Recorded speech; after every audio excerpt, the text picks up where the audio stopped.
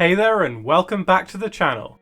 Now, if you're familiar with my content, then you know I'm a big Doctor Who fan, with 10 being my second favourite Doctor. He has so many great stories throughout his run, and The Girl in the Fireplace is amongst the best in my opinion. I really love this episode, and this is a review I've wanted to do for a while.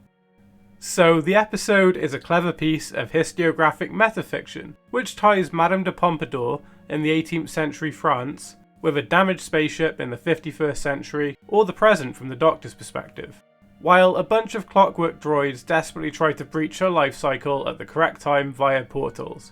The most prominent being the Fireplace, which also acts as the primary plot device across the episode.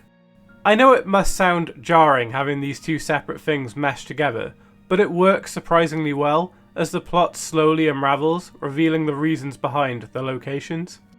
The structure to this episode is interesting as there's a lot of jumping between the two locations and time periods, which is fine.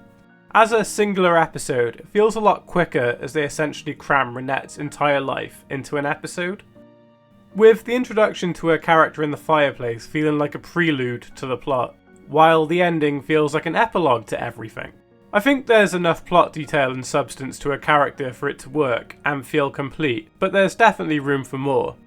As structurally, it has shorter episodic-like scenes to illustrate important details in her life. Given that this is essentially a love story between the Doctor and Renette, they definitely could have expanded and made this a two-parter, or at a push a limited series. Although the strength of the dialogue along with Miles and Tennant's acting and on-screen chemistry does more than a sufficient job. Renette as a character is great too.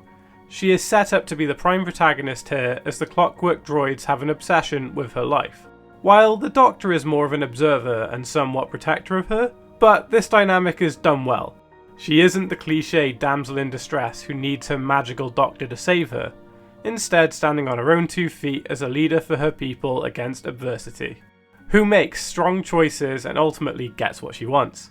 I would go as far as to argue that the scenes between her and the Doctor in 18th century France depict Ten as the companion and her as the lead, which is a fun change-up to the dynamic, especially as it's a location familiar to her and mostly unknown to the Doctor. Rose and Mickey definitely get sidelined here, but that's fine.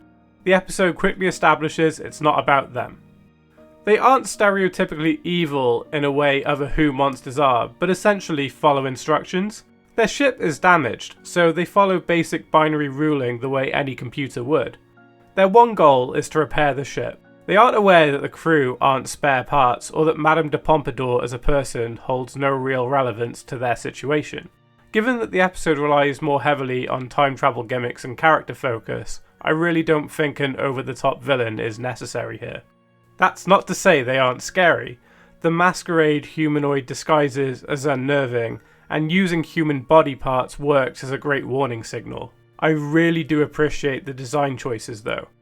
The scene at the beginning terrified me as a child. First of all, the broken clock ticking to illustrate she's not alone, followed by the reveal of something hiding under her bed, all the way up to witnessing this clown-like masked figure is horrifying, in the best possible way. The ramping up of the fear elements just shows how solid the writing is. Back to the story. I feel like, more than anything else Moffat wrote in RTD's era, this one feels like the blueprint to his era.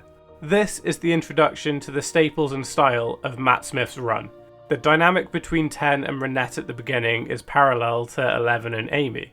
Him appearing at different points in Renette's life unable to get it right is similar, and her having to wait for him all feels like typical Moffat traits. I would also argue the character dynamics and dialogue is similar. I think it's interesting that this episode appears in Series 2, given that it's a love story between the Doctor and Renette. By the end of the series, Rose and the Doctor are so devout for each other that it seems like this episode would be a hindrance of that. Given that it aired early in the series, I think it just about gets away with it, but I would argue it would have been better later on in his tenure, past this series entirely. But as a romantic pairing, I think it works excellently and is very believable that they would be interested in each other, which makes the final scene of the episode hit so hard. The Doctor, arriving too late to deliver the promise, along with the narration of Renette's letter, brings the plot to a bittersweet conclusion. The Doctor's silence in the TARDIS evokes the emotional response better than any dialogue would, and the final shot of the ship's name neatly wraps the plot. This story is definitely top 5 for Tennant's era in my opinion. I think it has some of the best character work from any historical episode, and explores the life of a side character more efficiently than any other. That's just my thoughts though. I would love to hear what you all think in comments down below. If you enjoyed what you saw then, could you please hit that like button and subscribe? It will help my channel continue to grow. Stay close as I try to post new content as often as possible.